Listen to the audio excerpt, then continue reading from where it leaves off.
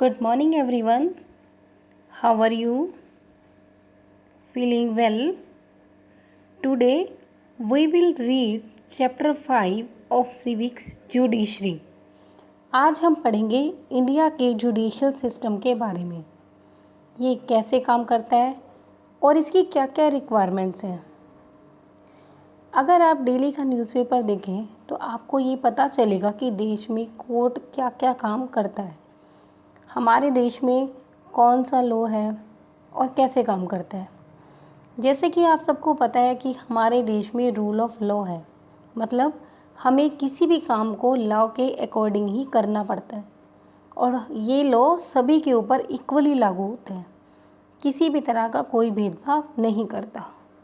और यदि कोई लॉ के अगेंस्ट काम करता है तो उसे फिक्स्ड प्रोसीजर से गुजरना होता है और उसे हम बोलते हैं जुडिशियल सिस्टम।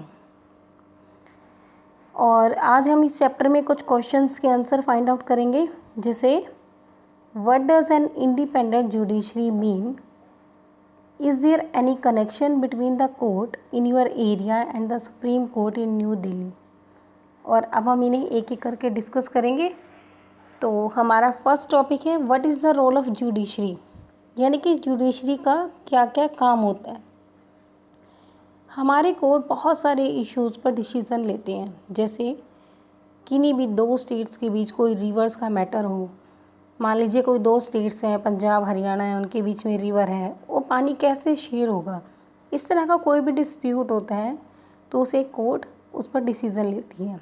या फिर किसी पर्टिकुलर क्राइम के लिए किसी व्यक्ति को क्या सज़ा दी जाएगी, उसके लिए भी फिक्स्ड है और ये सब कोर्ट करता है। So, broadly speaking, the work of judiciary can be divided into the following. First है dispute resolution, second judicial review, third है upholding the law and enforcing fundamental rights. अब हम इन्हें बारी बारी से डिस्कस करेंगे। फर्स्ट है dispute resolution. The judicial system provides a mechanism for resolving disputes between citizens and government. Judicial system है वो एक मैकेनिज़्म प्रोवाइड कराते हैं कि सिटीजन्स के बीच में अगर कोई डिस्प्यूट हो जाए, या फिर सिटीजन और गवर्नमेंट के बीच में हो जाए, या फिर किन्हीं दो स्टेट गवर्नमेंट के बीच में हो जाए, and between the centre and the state governments. और अगर सेंटर गवर्नमेंट और स्टेट गवर्नमेंट्स के बीच में भी किसी मैटर को लेके कोई डिस्प्यूट होता है तो हमारा जुडिशियल सिस्टम उसे एक मैकेनिज़्म प्रोवाइड कराता है। सेकंड है जुडिशियल रिव्यू। जब कोई ऐसा कानून हो जो लोगों की समझ में नहीं आ रहा हो या फिर लोगों के बीच में झगड़ा हो तो हमारा जुडिशियल सिस्टम इंटरप्रेट कर सकता है, इसे हम बोलते हैं judicial review. And third one is upholding the law and enforcing fundamental rights. हमारे देश में हर व्यक्ति को सुप्रीम कोर्ट या हाई कोर्ट में जाने का अधिकार है यदि उसे ये लगता है कि उसके फंडामेंटल राइट्स को वॉयलेट किया गया है।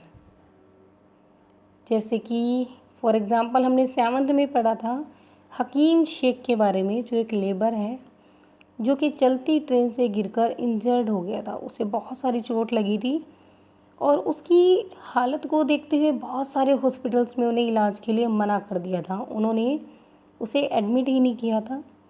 तब सुप्रीम कोर्ट ने इस सारे केस को सुनते हुए कहा कि आर्टिकल 21 के अकॉर्डिंग जो फंडामेंटल राइट्स दिए गए हैं उसमें राइट टू हेल्थ भी आता है।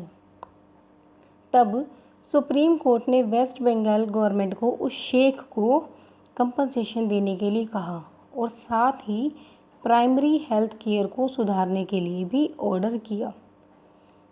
इस तरह हर एक व्यक्ति को अपने फंडामेंटल राइट्स का पूरा अधिकार है और यदि ऐसा नहीं हो रहा है तो वह कोर्ट जा सकता है।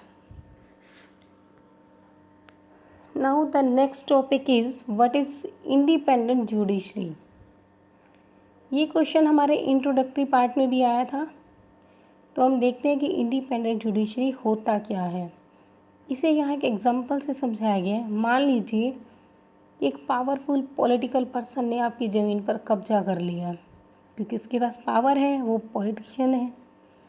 और अब हमारे देश में मान लीजिए जज की जो नियुक्ति है वो पॉलिटिशियन करते हैं, और अगर हम अपनी प्रॉब्लम लेकर कोर्ट जाते हैं तो जो जज है वो किसके फेवर में डिसीजन करेगा? पॉलिटिशियन के फेवर में, क्योंकि उसे अपनी प्रमोशन चाहिए, और जज पॉलिटिशियन की हेल्प करेगा, हमारी तो करेगा ही नहीं। इस तरह से पॉलिटिशियन के कंट्रोल में कोई भी जज इंडिपेंडेंट डिसीजन नहीं ले सकेगा। और जुडिशरी का इंडिपेंडेंट होना एक कंट्री के लिए बहुत ज़रूरी है। इसलिए हमारा कॉन्स्टिट्यूशन यानी कि हमारा संविधान इन सभी बातों को नहीं मानता, और इन सभी समस्याओं से बचने के लिए हमारे कॉन्स्टिट्यूशन में कई प्रावधान किए गए हैं ताकि हमारा जुडिशरी सिस्टम इंडिपेंडेंट रहे, और जो पावरफुल और रिच लोग हैं उनका सिस्टम पर कोई प्रभाव ना रहे। और हमने कॉन्स्टिट्यूशन के चैप्टर में भी पढ़ा था कि हमारे स्टेट्स की जो ब्रांचेस हैं, जैसे लेजिस्लेचर, एग्जीक्यूटिव, वो जुडिशरी सिस्टम में कोई इंटरफेयर नहीं कर सकते या फिर उस पर कोई प्रेशर नहीं बना सकते। So the courts are not under the government and do not act on their behalf.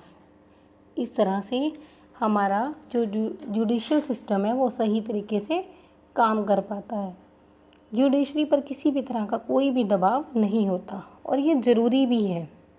High court और सुप्रीम कोर्ट के जजेस को एप्रोप्रिएट तरीके से लगाया जाए, और उन्हें हटाना भी आसान ना हो। ऐसा ना हो कि उनको लगा दिया है और फिर कोई भी इजीली पॉलिटिशियन उसे हटा सकता है, ऐसा नहीं होना चाहिए। सो it is the independence of the judiciary that allows the court to play a central role in ensuring that there is no misuse of power by the legislature and the executive। जैसा कि मैंने आपको पहले ही बताया था कि legislature और executive का कोई भी अपनी पावर का मिसयूज़ नहीं कर सकता। It also plays a crucial role in protective the fundamental rights of citizens because anyone can approach the courts if they believe that their rights have been violated. कोई भी कोर्ट में जा सकता है अगर उन्हें ये लगता है कि हमारे जो राइट्स हैं उनको वायलेट किया गया है, उनका हनन किया गया है। तो आज हम इतना ही पढ़ेंगे, बाकी का चैप्टर बाद में पढ़ेंगे। Thank you.